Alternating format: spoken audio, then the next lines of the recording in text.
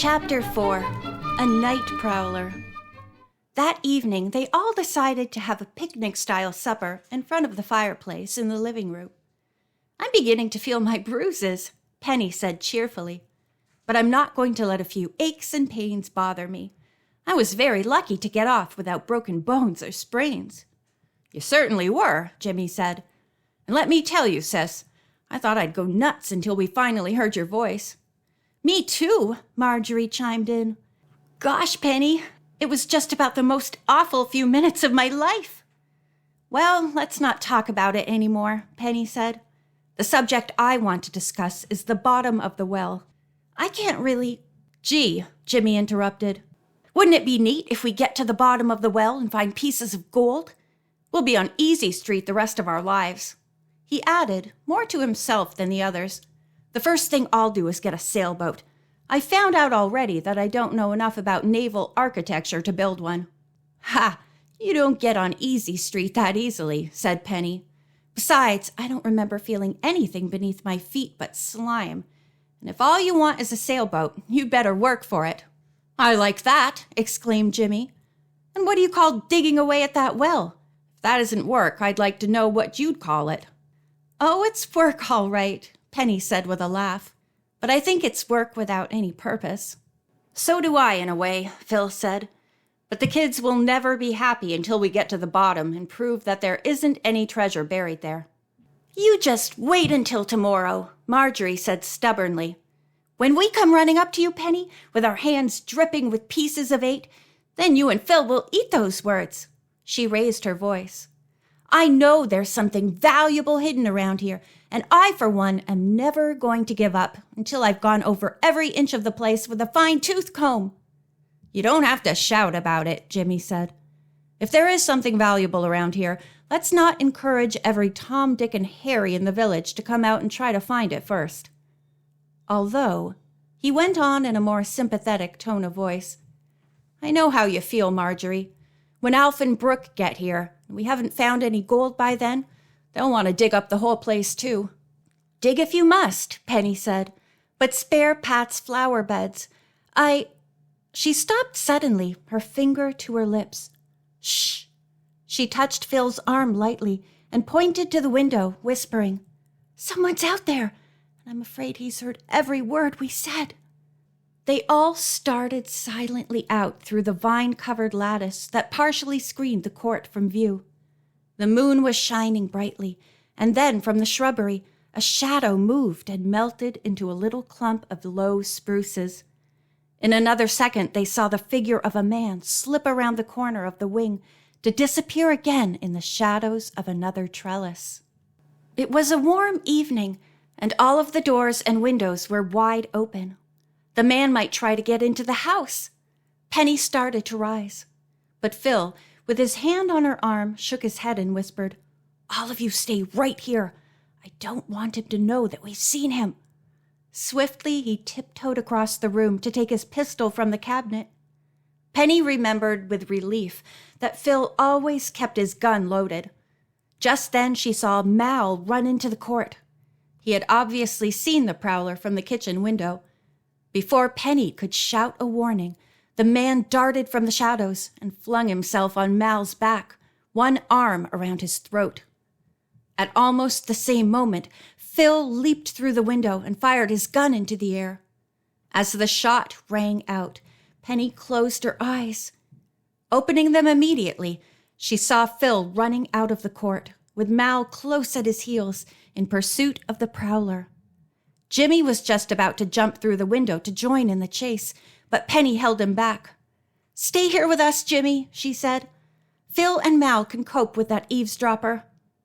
Marjorie, who had for once been speechless, found her voice then. "Oh, yes, Jimmy," she begged.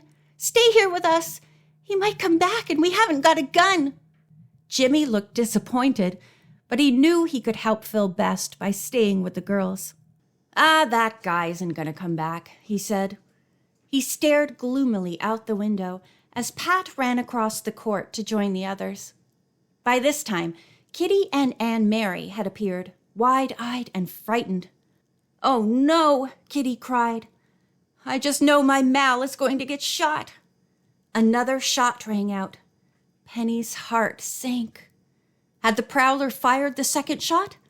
Somehow she managed to disguise her fears and said in a reassuring voice to Kitty, "Don't worry, dear. Phil and Pat know how to handle their guns." "They sure do," Anne Mary said bravely, although Penny could see that she was almost as terrified as her cousin. "My Pat won't let anything happen to your Mal." Teresa came in from the hall then, rubbing her eyes bewilderedly. "I was asleep," she said. "Did I hear a shot, or did I just dream it?" She looked so confused that everyone laughed, and the tension was eased. "You heard 2 shots," Jimmy told her. "I guess the first one woke you up." While he was explaining what had happened, they heard footsteps on the graveled walk, and in another moment they could see Phil, Pat, and Mal slowly approaching the house. Everyone ran out to meet them. "He got away," Phil said ruefully. "Shouldn't we notify the police?" Penny asked. Phil shrugged. "Probably only a tramp. I fired in the air to frighten him when he jumped on Mal." "But you fired a second time," Marjorie said excitedly. "We were terrified for fear one of you had been hurt." "That's right," Jimmy said. "Say, Phil, how about giving us a play-by-play description of what happened? I missed all the fun, remember?" Phil frowned. "We want to look around some more. We just came back to be sure the rest of you were okay." "We're perfectly all right," Penny said. "Go ahead with your search." She smiled. "As long as Jimmy stays with us, we're perfectly safe." "I want to know what happened," Jimmy complained. "Give, Phil." "Well," Phil said patiently, "from the minute that man disappeared into the shrubbery, he slipped from one tree to another like an Indian, then doubled around toward the lake." "It certainly sounds as though he knows his way around here," Marjorie put in. Phil nodded. "Pat fired the second shot when we saw him trying to get away in one of our boats. Although Pat fired into the air, it scared the living daylights out of him, I guess. He jumped from the boat and made for the woods below us." Phil grinned. "I'll bet he's still running. He may think we're mighty poor shots, but at least he knows we're armed. I doubt if he ever comes back on our property again." "But who could it have been?" Penny asked. "A tramp wouldn't know his way around our grounds." "If anyone should ask me," Pat said, "I'd say it was one of those crazy villagers after the so-called buried treasure. I'll bet the news is all over town already that we found the old well near the shed." "But," Jimmy objected, "nobody could have heard about it so soon." "A lot of people could have," Mal pointed out. "There were several delivery boys out here during the excitement when Miss Penny fell into the well." Anne Mary nodded. "We were all so worried about Penny, we didn't pay any attention to them. When Marjorie came running into the kitchen to tell us about the accident, I dashed out of the house so fast I almost knocked down one boy who biked out here with some groceries." Pat shook his head gravely. "That rumor about buried treasure is going to cause us a lot of trouble. We don't want the place cluttered up with night prowlers this summer." "Let's go have a look at the shed," Jimmy said eagerly. "Maybe the guy was down there snooping around and sneaked up to the house to make sure we were all inside." "All right," Phil said. "But you have to stay with the girls." "Oh, no, he doesn't," Marjorie said pertly. "The girls are going too." "We can't all leave," Penny said wisely. "After all, he might have been a burglar. We would be playing right into his hands if we left the house deserted with all the doors and windows open." She glanced around at the shadows with a little shiver. "Suppose he doubled back and is watching us right now, waiting to see what we'll do." Marjorie moved a little closer to Penny. "Oh, isn't it thrilling?" she cried. "I wouldn't be at all afraid to stay here and guard the house if I had a gun." "Not much you wouldn't," Jimmy jeered. "I, for one," Kitty said, "have no intention of going down to that shed. I'm going into the house and Mal is going with me, and we're going to lock ourselves in." "Fine," Jimmy said. "That solves the problem. Phil can leave his gun with Mal just in case." "Okay," Mal agreed and stuck Phil's little pistol into his pocket. After the Donahues had gone into the house, the others headed for the shed. Jimmy had brought a flashlight with him, and when they got inside the shed, he flashed it all around. Just as they were about to leave, he shouted, "Look!" and pointed to a spot near the broken wall where Penny had fallen through earlier that day. The floor of the shed had been opened, and plainly showing in the earth under it was a footprint. "Someone has been here since we left!" Jimmy cried excitedly. "That footprint was made by a man wearing a shoe with a rubber sole, and we were all wearing sneakers." "You're right," Phil said soberly. "But the man who made that footprint might not have been our prowler. It could have been left by one of the delivery boys whose curiosity was aroused when he heard about Penny's accident." Penny nodded. "One of them might have biked back out while we were having supper just to have a look. Kids are like that." "But," Jimmy argued, "they don't have such big feet." "Oh, yes, they do," Marjorie said with a giggle. "Take a look at what's on the end of your own ankles." "Maybe the prowler was just a curious kid," Penny said suddenly. "Have you thought of that, Phil?" Philip thought for a minute. "He had awfully broad shoulders, and I don't think a kid would have jumped on Mal." He shrugged. "But I really think whoever it was won't come back." He put the floorboards back in place. "If he does, he won't do any digging for buried treasure at this spot. Jimmy, go and get the old bus and park it right here." Jimmy grinned with delight. "Right! And if our curious friend comes back to search, he'll have to move the bus. And unless he's a Samson, he'll have to start her up. And when this thing starts running, he'll realize that he set off the loudest fire alarm in Michigan." He ran off to get the bus. "If we don't find any treasure when we dig up the well," Marjorie said, "let's dig under the floor here." "Definitely no," Phil told her firmly. "We'll dig up the well and let it be known far and wide that we found nothing. That should put a stop to all the silly rumors." Pat nodded approvingly. "And night prowlers." When they returned to the house, they found that Kitty and Mal had sandwiches and a large pot of hot cocoa waiting for them. "I think you men should take turns keeping watch tonight," Kitty said nervously.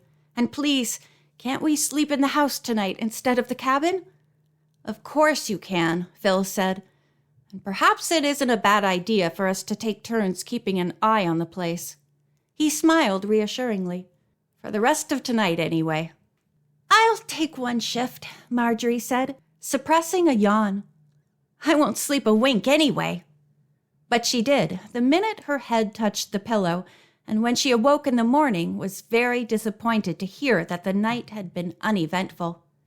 "At least I didn't miss anything," she said, as they hurriedly ate breakfast on the sunny porch. "Now to find the buried treasure." But the whole day proved to be a tremendous disappointment.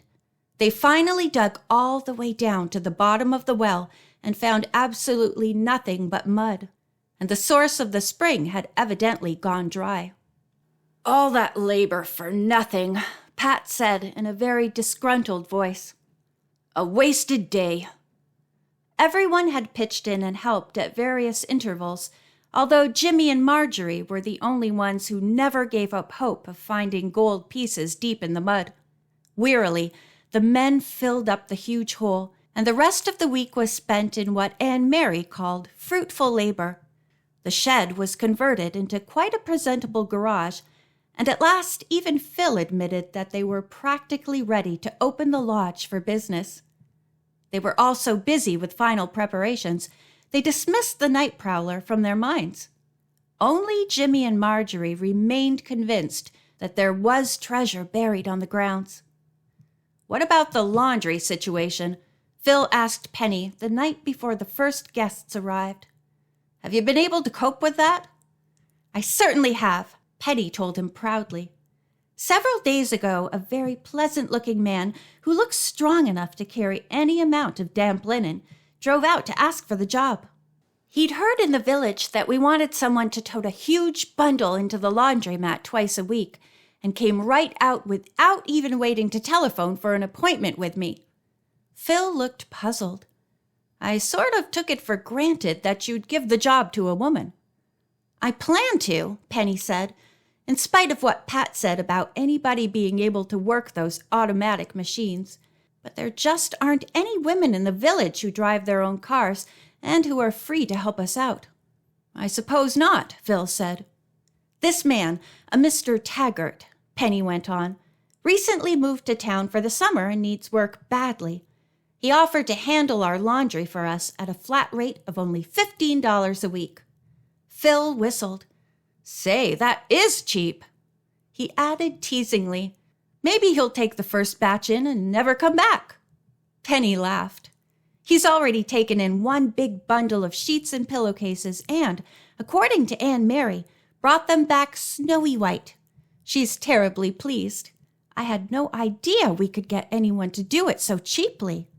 When the place is filled with guests, he'll probably demand more money, but let's not object. Kitty says the laundry problem in all summer hotels is usually the hardest one to solve. Phil nodded. If the place really fills up, we'll not only have to raise Taggart's pay, but we'll have to get some people from the village to come out by the day and do the ironing. I've thought of that, Penny said.